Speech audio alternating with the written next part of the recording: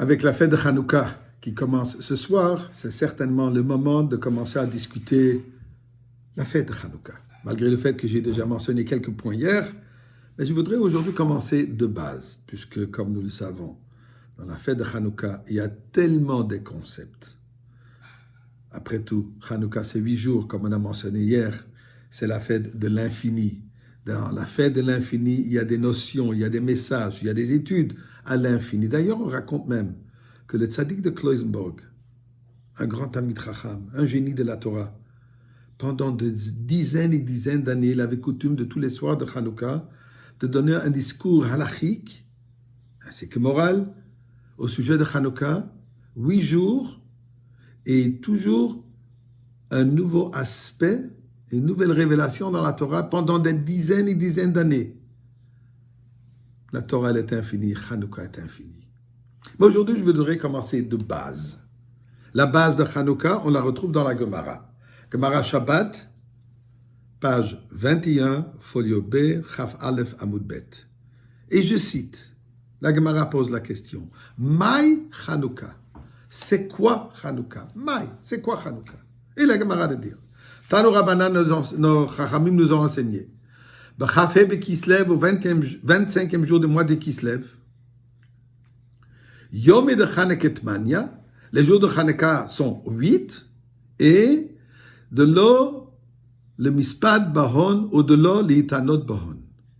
On n'a pas le droit de faire des éloges pour un défunt, et on n'a pas le droit de jeûner.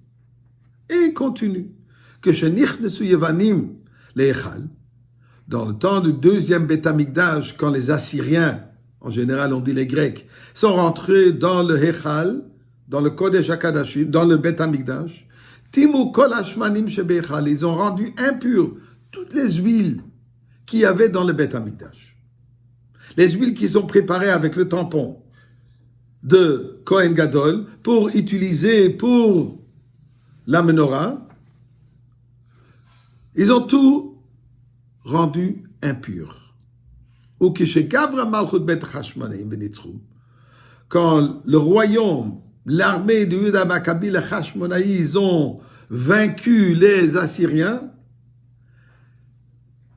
Bat Kuv le Matsu et le Pachechat Shel Shemen, ils n'ont trouvé qu'une cruche de huile qui était encore toujours avec le seau, le tampon du Kohen Gadol. Mais, il n'avait suffisamment d'huile que pour une journée. C'est bonnet, il y a un miracle qui s'est arrivé, qui s'est avéré, et ils ont pu allumer de cette huile qui normalement ne suffirait que pour une journée, elle a suffi pendant 8 jours. 8 jours, puisque ça prend encore jusqu'à 8 jours pour avoir de nouvelles huiles pures. Pour ça, nous dit la Chachamim, le Shana Acheret, l'année suivante, Kvaum, Va'asaum Yamim Tovim Ba'alel Voda. Ils ont institué que ces 8 jours de Hanouka deviennent des jours de prière et des jours de remerciement à Kadosh Baruch Hu pour le miracle qui s'est avéré. Il faut essayer de comprendre la Gemara. La Gemara pose la question, Maï Hanouka, c'est quoi Hanouka? Demande pas qu'est-ce qui est arrivé à Hanouka. Demande pas qu'est-ce qu'il faut faire ou ne pas faire à Hanouka. La question elle est, Maï, c'est quoi le sens de Hanouka? Il me répond, on n'a pas le droit de jeûner, on n'a pas le droit de faire des éloges. Il nous répond quoi? Qu'il y avait un peu de l'huile qui a brûlé pendant 8 jours. Ça, c'est pas ce qui est Hanouka, c'est ce qui s'est arrivé à Hanouka. Mais voilà, la réponse, elle est claire. Effectivement, dans ces 2 messages, c'est ça Hanouka. Hanouka, le danger que le peuple juif se trouvait à cette époque est très différent de Purim. À Purim, Haman, il voulait tous nous tuer physiquement, anéantir, déraciner tout le peuple juif. Hitler. Les Assyriens, c'est pas ça ce qu'ils voulaient. Ils voulaient introduire leur culture dans notre vie. Vous voulez allumer de l'huile, des bougies? Il n'y a pas de problème. Mais c'est quoi le sens de l'huile pure? Vous voulez vivre une vie traditionnelle? Folklore? C'est très beau. Absolument. C'est extraordinaire.